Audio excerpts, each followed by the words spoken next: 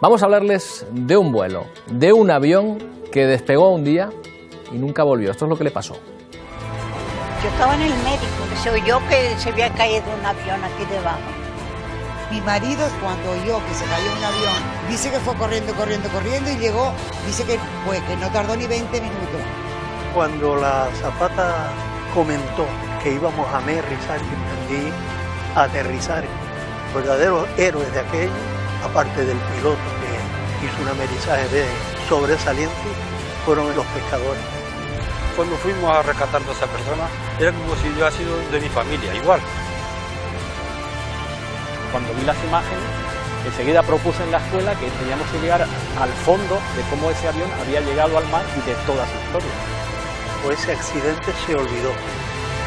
Y gracias a que la hemos podido rescatar, hemos conseguido que se rinda homenaje a estos pescadores. Y un accidente que cumple aniversario precisamente en este año. Hace 50 años, un avión de Spantax sufría una avería que le obligaba a amerizar en la costa del norte de Tenerife. El tiempo que el aparato flotó antes de hundirse para siempre en el mar fue suficiente para poner a salvo a casi todos los pasajeros. Uno de los ocupantes sufrió un paro cardíaco y murió, pero el resto pudo contarlo. Fue una auténtica proeza por la valentía de la tripulación y el pasaje, pero también por el arrojo de unos pescadores que no dudaron ni un instante para salvar la vida de los náufragos. Entre esos pasajeros estaba Julio Báez Domínguez. ¿Qué tal, Julio? Buenas noches. Buenas noches.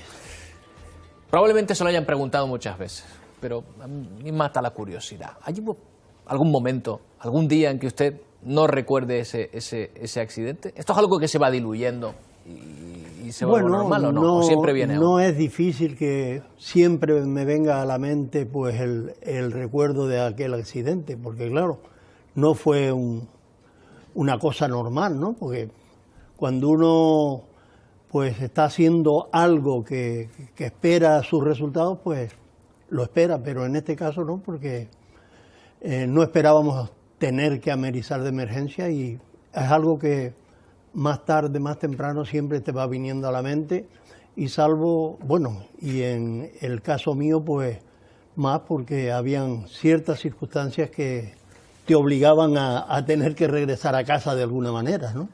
¿Cómo son esos instantes en los que pasan entre que dicen vamos a amerizar, a hacer un aterrizaje de emergencia en el mar y se produce ese amerizaje?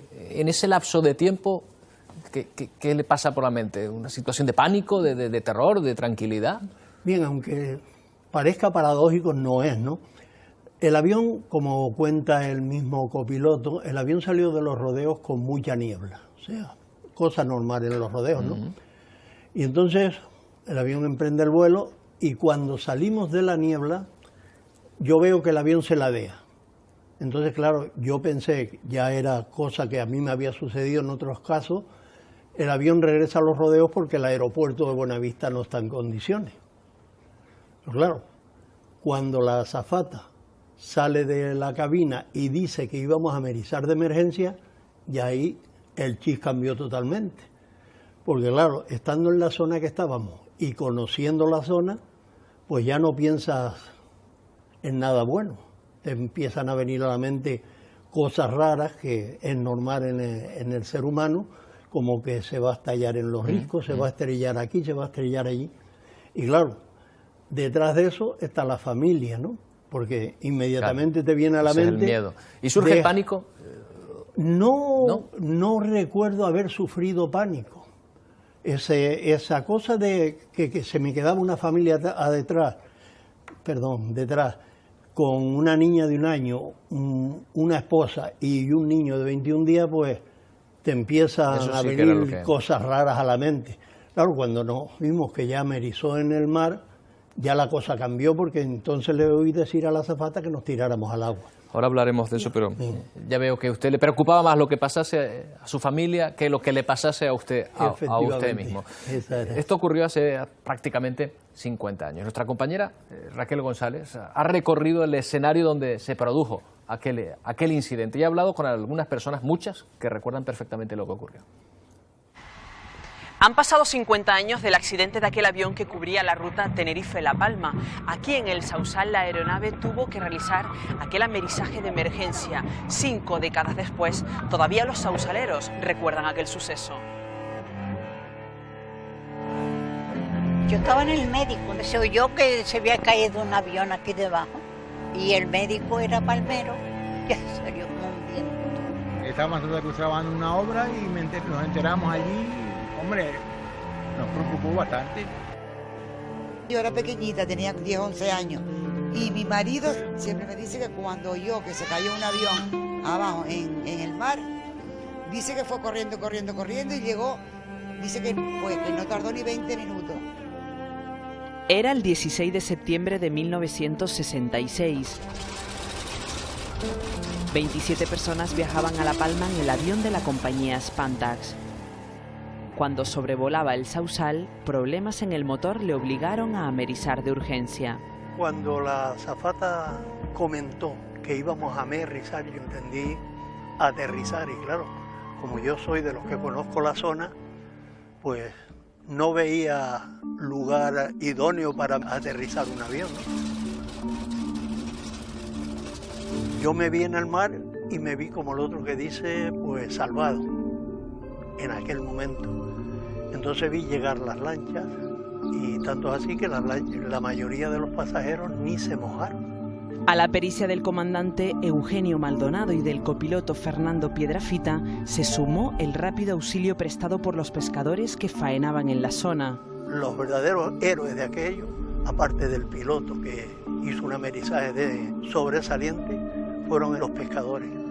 De hecho, de no estar ellos, algo mayor hubiese sucedido con aquel amerizaje. Oímos un ruido y vimos que el avión se iba a caer y cayó aquí por fuera de los parrales a 400 metros a la orilla más o menos. Yo veía gente yéndose por el fondo y lo cogía por los pelos por aquí para sacarlo. Pensé nada más que en salvar a la gente. Cuando fuimos a rescatar a toda esa persona, era como si hubiera sido de mi familia, igual. Decía entre mí, digo, por Dios bendito, vale que el tal mar bueno, si no aquí hubiera sido un accidente, pero de los graves. Y ahí nos embarcamos todos, y ahí fueron al lomito ese, al llanito ese, y allí donde vino el helicóptero y dio un viajito o dos, porque ellos dijeron que no querían subirse más al avión. Aquel episodio culminó con el avión hundido en aguas del Sausal, donde permanece desde entonces y donde se ha convertido en una atracción para muchos submarinistas. Estas imágenes, grabadas por Juan Raya, despertaron la curiosidad en la Escuela de Cine y Televisión de Los Realejos por la historia. Cuando vi las imágenes, enseguida propuse en la escuela que teníamos que llegar al fondo de cómo ese avión había llegado al mar y de toda su historia. Con pocos recursos y mucho trabajo, unas 2000 horas, después de 3 años, vio la luz el vuelo que nunca regresó. El plató de la escuela de televisión se convirtió en el avión. El aeroclub nos cedió los asientos. Un herrero nos hizo el volante. El herrero nos hizo las palancas de cambios. Colocamos los asientos. Las cortinas no las inventamos, las ventanillas también. Para averiguar exactamente dónde venía el avión, porque el avión ya era como el excedente de la Segunda Guerra Mundial, tuve que revisar en 3 días casi 14.000 archivos. Para ser fieles a una historia sorprendente. Ese día tenían alineados todos los planetas para no matarse. Pegado a los rodeos, metido en nubes, está lleno de montañas, con un avión que malamente volaba. De hecho, Maldonado le dice a Piedrafita, toma tiempo y si en 40 segundos no nos matamos, escapamos. La pericia de los pilotos. Y encima encontrarse debajo de los pescadores, el agua del mar, casi un plato. Eso fue, vamos, alinearse todos los planetas. A pesar de que la prensa del momento se hizo eco de aquella historia, con el paso del tiempo, fuera del municipio muy pocos han oído hablar de ella. Ese accidente se olvidó. Tanto así que si no es por estos submarinistas, pues difícilmente esto hubiese salido a la luz. Se ha mantenido oculta tantos años porque se ha ido olvidando. Y gracias a que la hemos podido rescatar, hemos conseguido que se rinda homenaje a estos pescadores.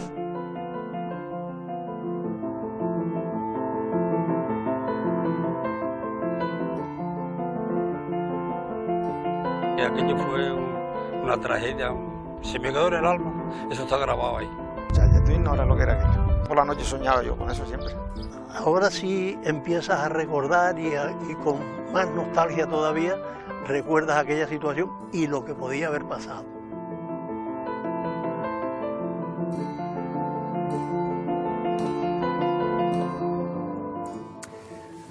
Ana María Báez conoció esa historia, seguramente la oyó muchas veces. Usted es la hija de Julio y un poco quien ha contado esta historia, quien ha ido representando también este documental que podemos ver y que vamos a ver al término de este programa, no se olviden.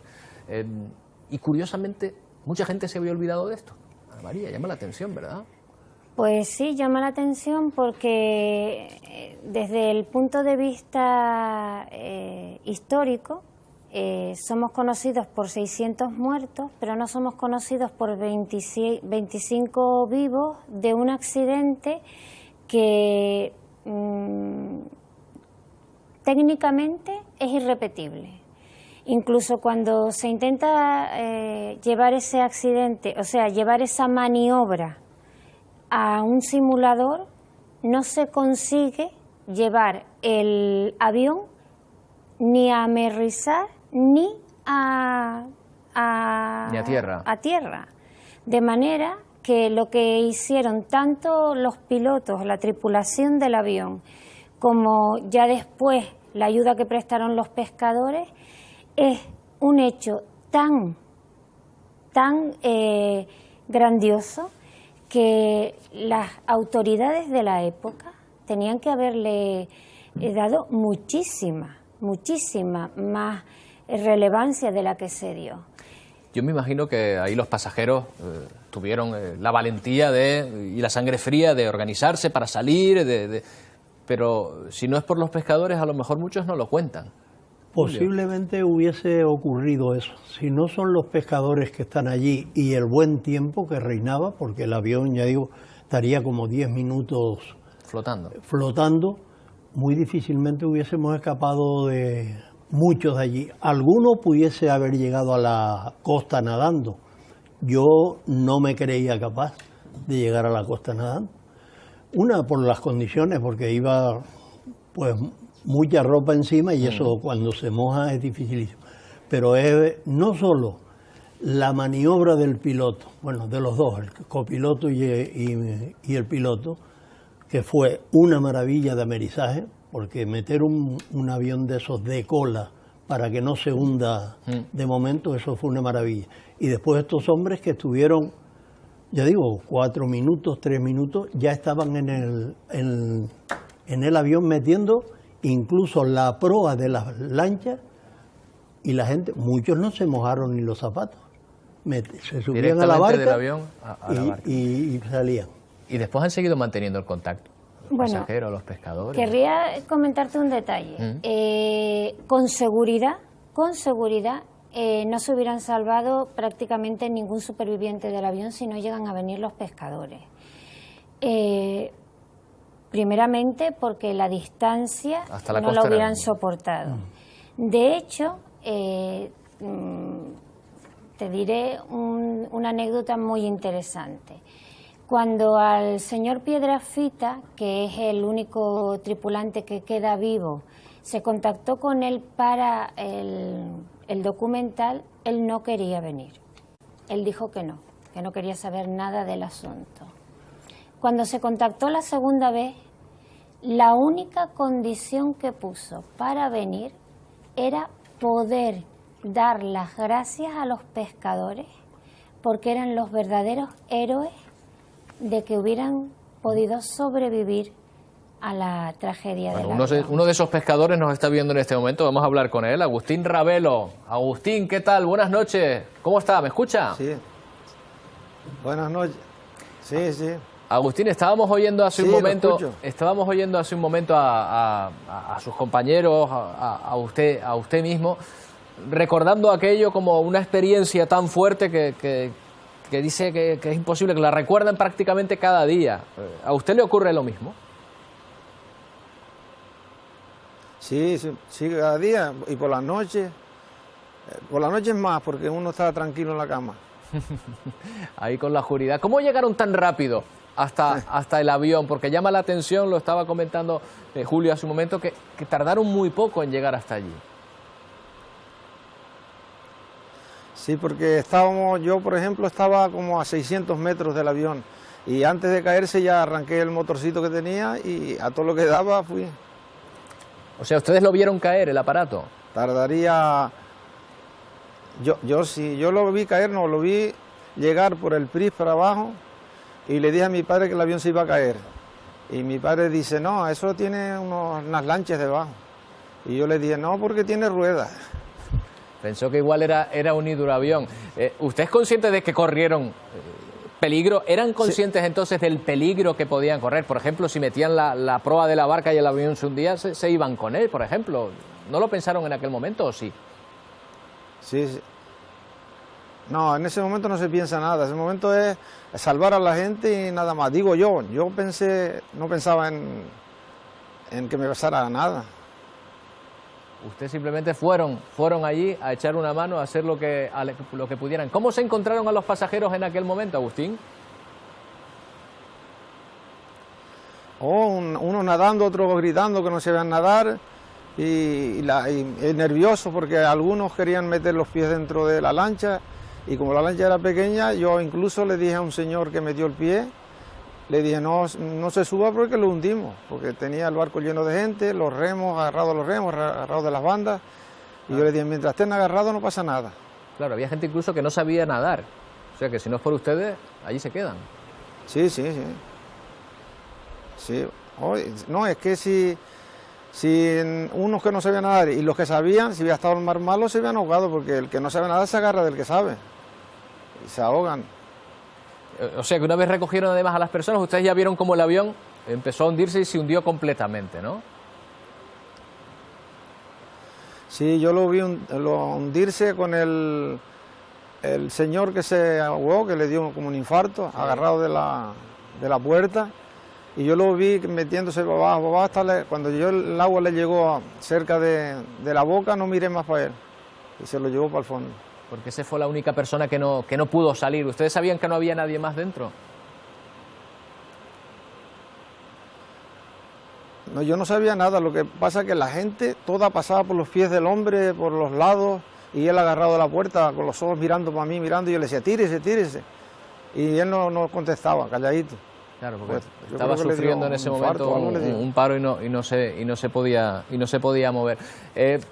Siguieron hablando, siguieron reuniéndose los pescadores, los que participaron en este rescate, hablando de esto. ¿Se reunieron también con las personas rescatadas en algún momento, Agustín, o ya nunca se volvieron a ver?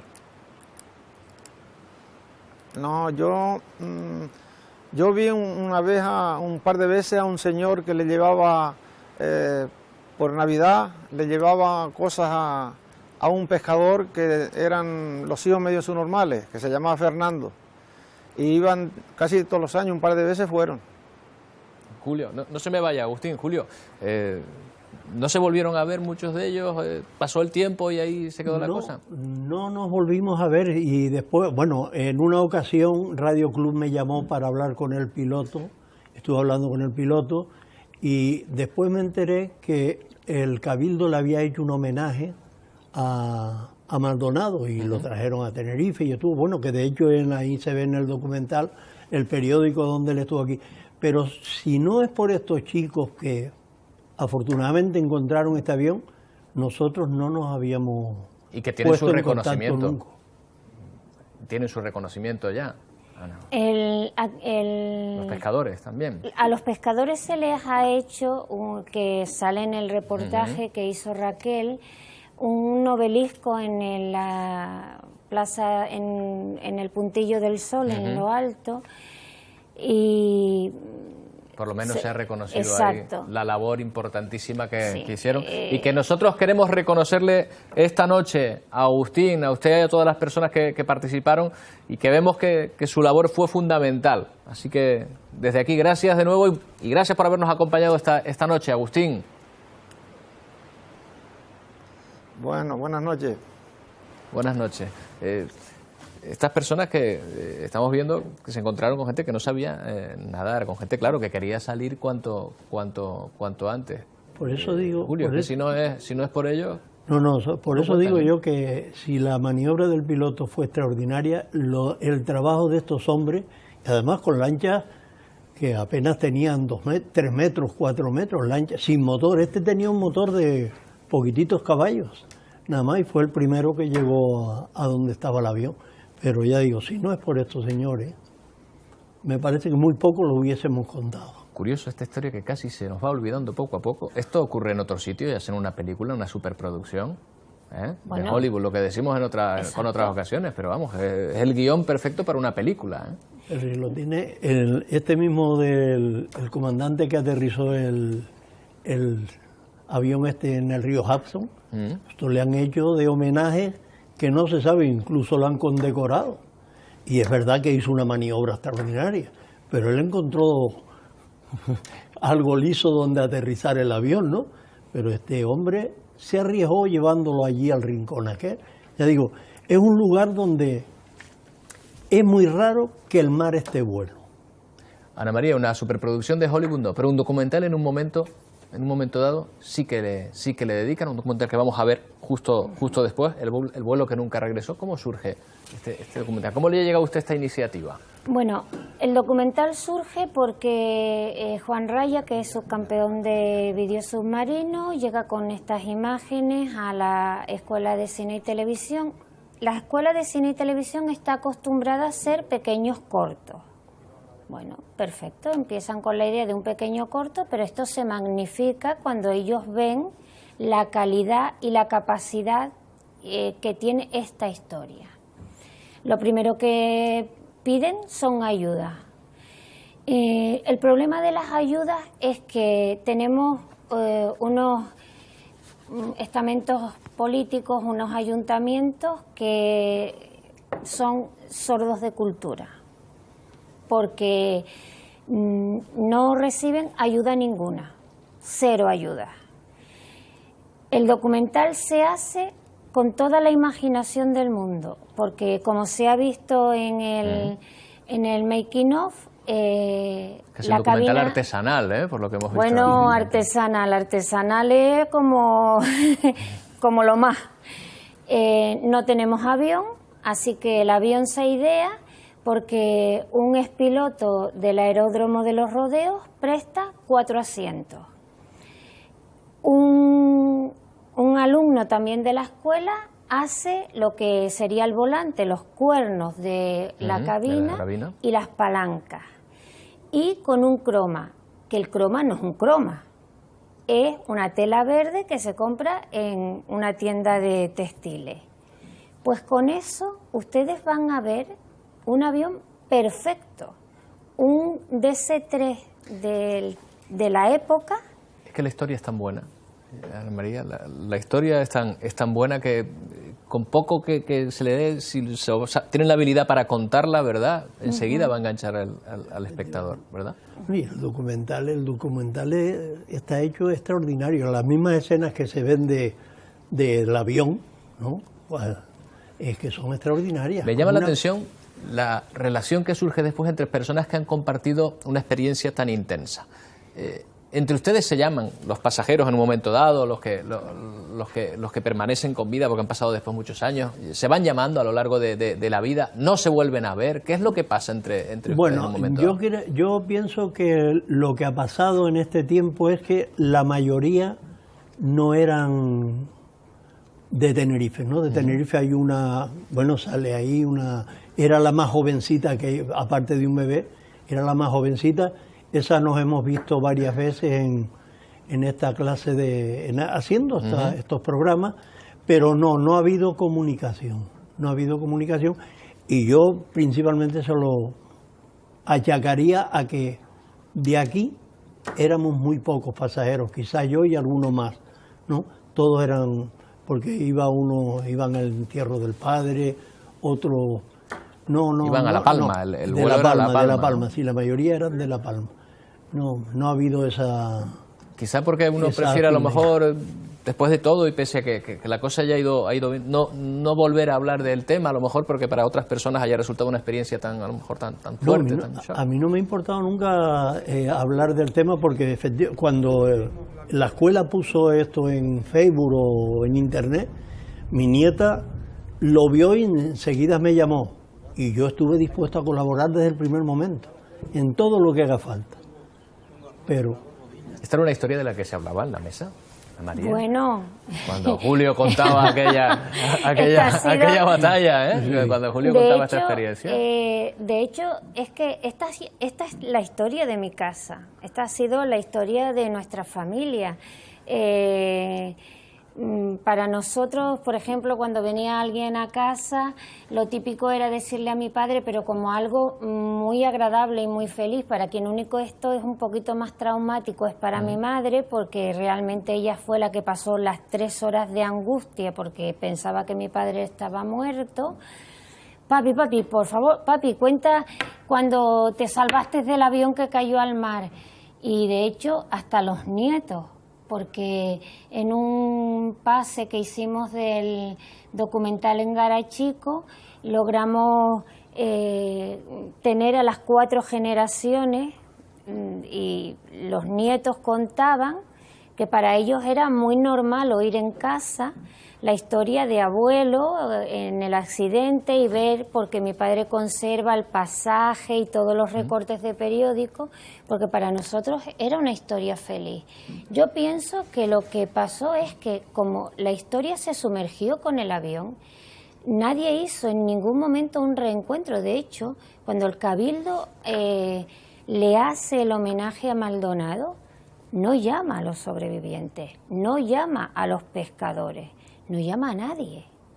Entonces, el trabajo de la Escuela de Cine y Televisión no solamente es magnífico en el sentido de hacer el documental, sino que ellos se preocupan por buscar supervivientes, pescadores, al teleradiografista que esperaba el avión en La Palma, al mecánico que arregla los aviones. Entonces, ahora es cuando los reencuentra. De hecho, los pescadores estaban bastante dolidos con los supervivientes, porque ellos dicen, es que ninguno volvió.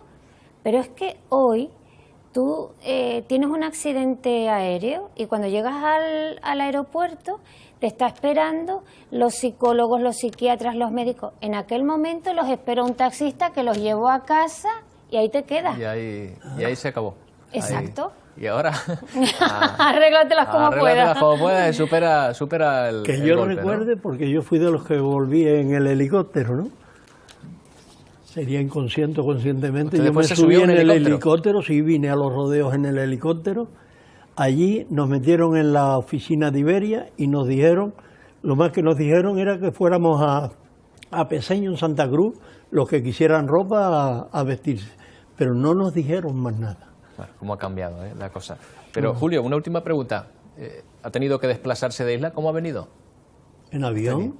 Bueno, eso dice mucho, ¿eh? Eso dice mucho de sí, Julio. Quisiera hacer una reseña porque cada vez esto se va magnificando más. Supongo que cuando nos hacen la pregunta de por qué esto quedó en el olvido, solemos decir que seguramente el régimen que gobernaba en ese tiempo no le interesó sacarlo a la luz.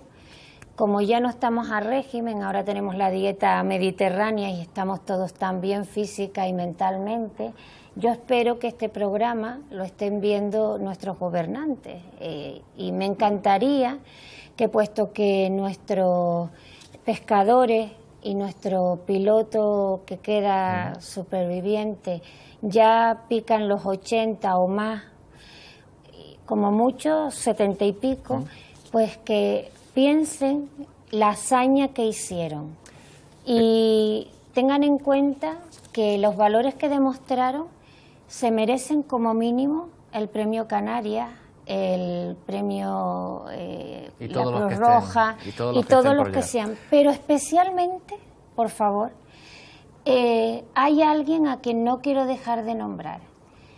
Tenemos entre la tripulación a la azafata que es la señora Vázquez, pero ahora tenemos otra azafata muy especial y es Dayana Domínguez, que es la que hizo de azafata en el documental, que también ha fallecido. Falleció muy pocos meses de la primera toma. Bueno, pues, espero que en su memoria. Ahora, en su memoria, y ahora que es la primera vez que lo verán todos los canarios, piensen que ya tenemos 2 azafatas a quien dedicarle este documental. Es una historia que merece ser contada, desde luego. Julio, Ana María, muchas gracias por acompañarnos. A ustedes, nosotros se lo hemos contado hoy y esperamos que lo quieran ver junto a continuación en ese documental al que hemos hecho referencia, precisamente El vuelo que nunca regresó. Vale la pena. Gracias por habernos concedido estos 90 minutos. Hasta el lunes que viene.